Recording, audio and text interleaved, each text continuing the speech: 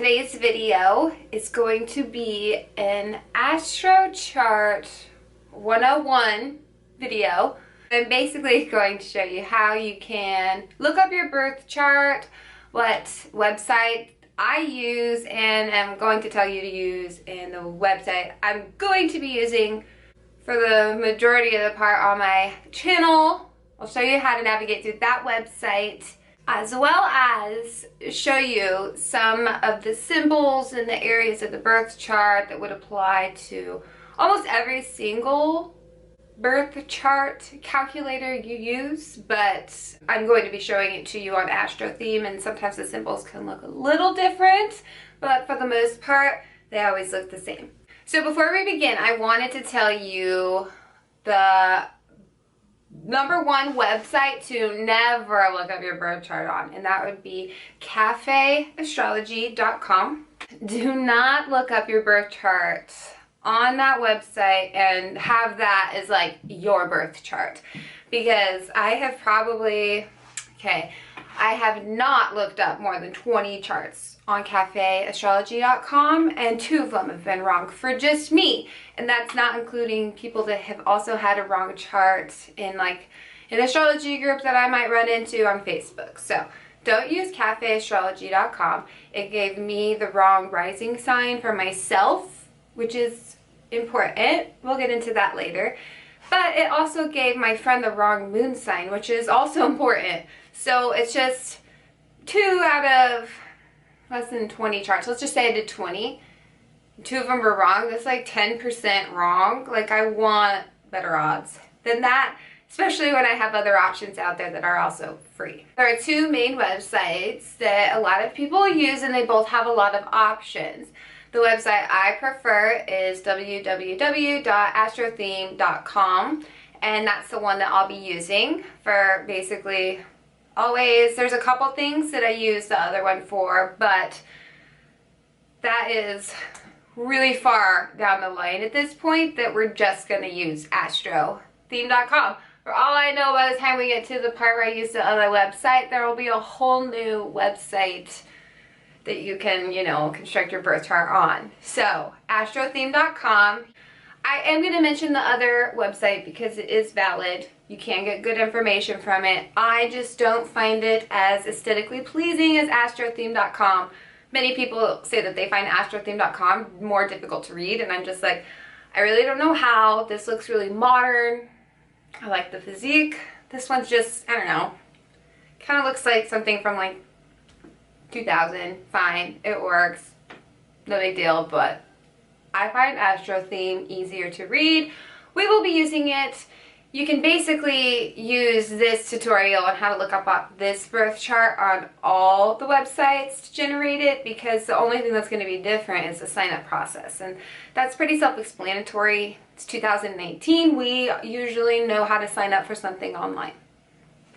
On Astro Theme, the chart almost always generates to just being in the Placidius system. That's how I pronounced it, and that's a pretty good system to begin on and learn about.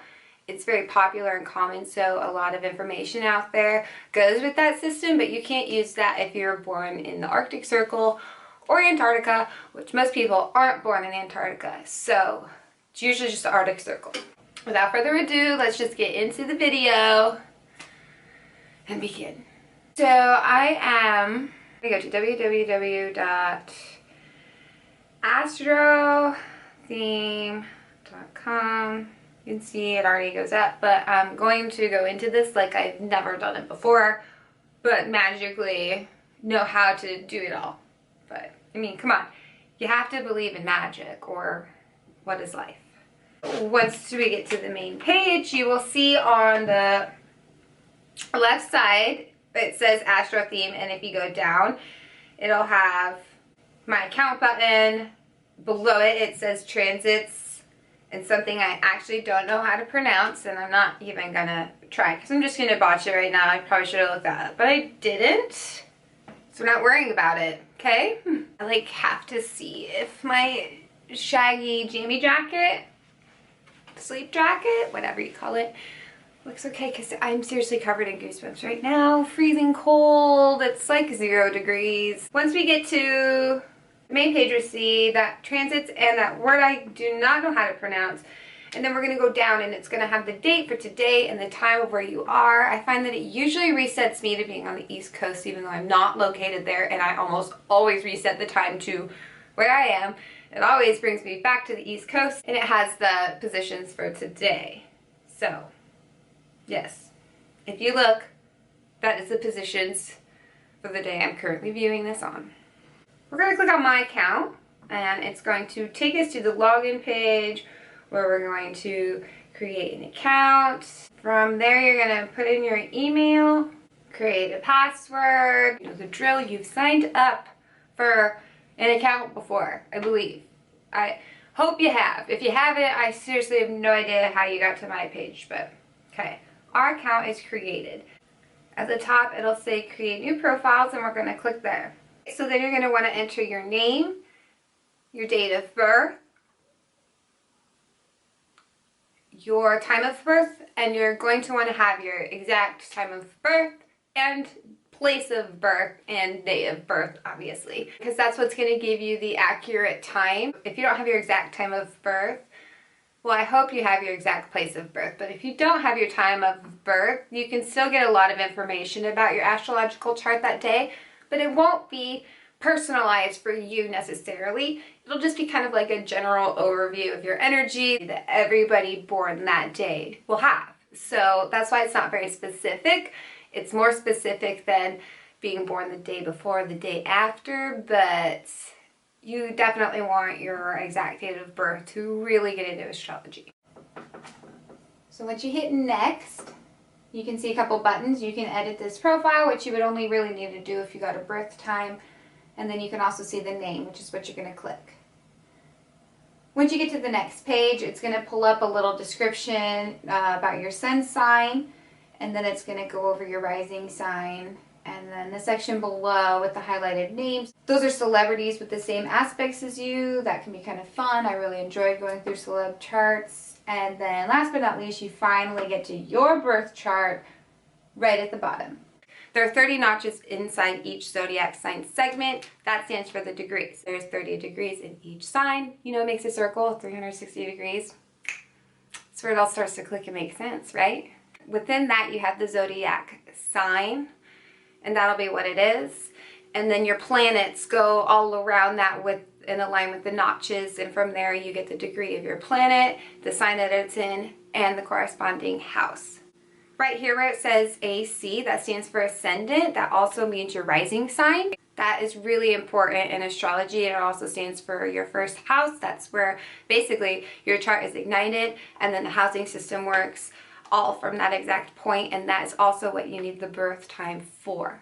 Planets on your birth chart, I'm just going to show a picture of them to you and then say what they stand for. And then in other videos, we're going to go over what they actually mean. Same with the zodiac signs. We're just going to briefly go over what they look like with a picture, and then in future videos, I'll go more into depth. Symbol right there is Aries. It has a ram. Taurus looks like this because it stands for the bull. Gemini is the number 2 for twins. And then the sign for Cancer, there basically isn't any other way to say it. It looks like 69 sign. Leo kind of looks like a lion. Virgo has an M with like a weird dilly-dally on it. Libra has the balance.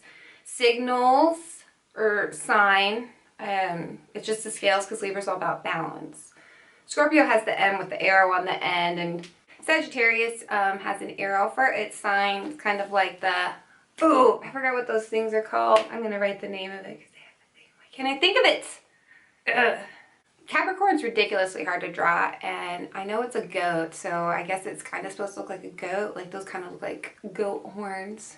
This is the Aquarius symbol. It looks like little air marks or waves, but Aquarius actually isn't a water sign, it's an air sign, so that's why it looks like little air wind marks, not really waves, but it's definitely confusing because it's like Aquarius, aqua, it looks like waves, but it's not.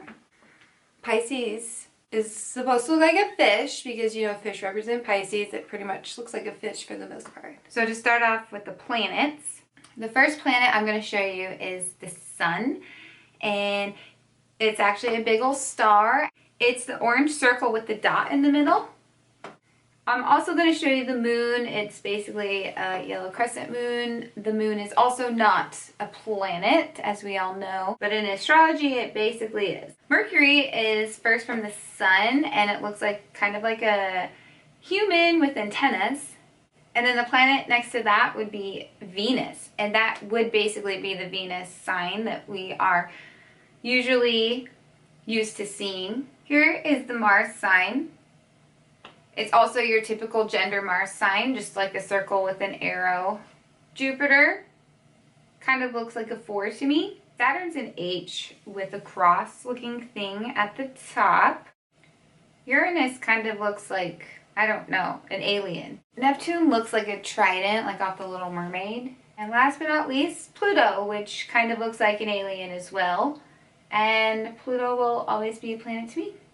Alright, well that's it for this video. I hope you enjoyed it. I hope you learned something, and if you haven't subscribed to my channel yet, please do so that you can now use this birth chart skill you have and learn about what it all means, and then you'll be able to read other people's birth charts. And like I've said, it's a lot of fun. Thank you for watching, and I'll see you in my next video.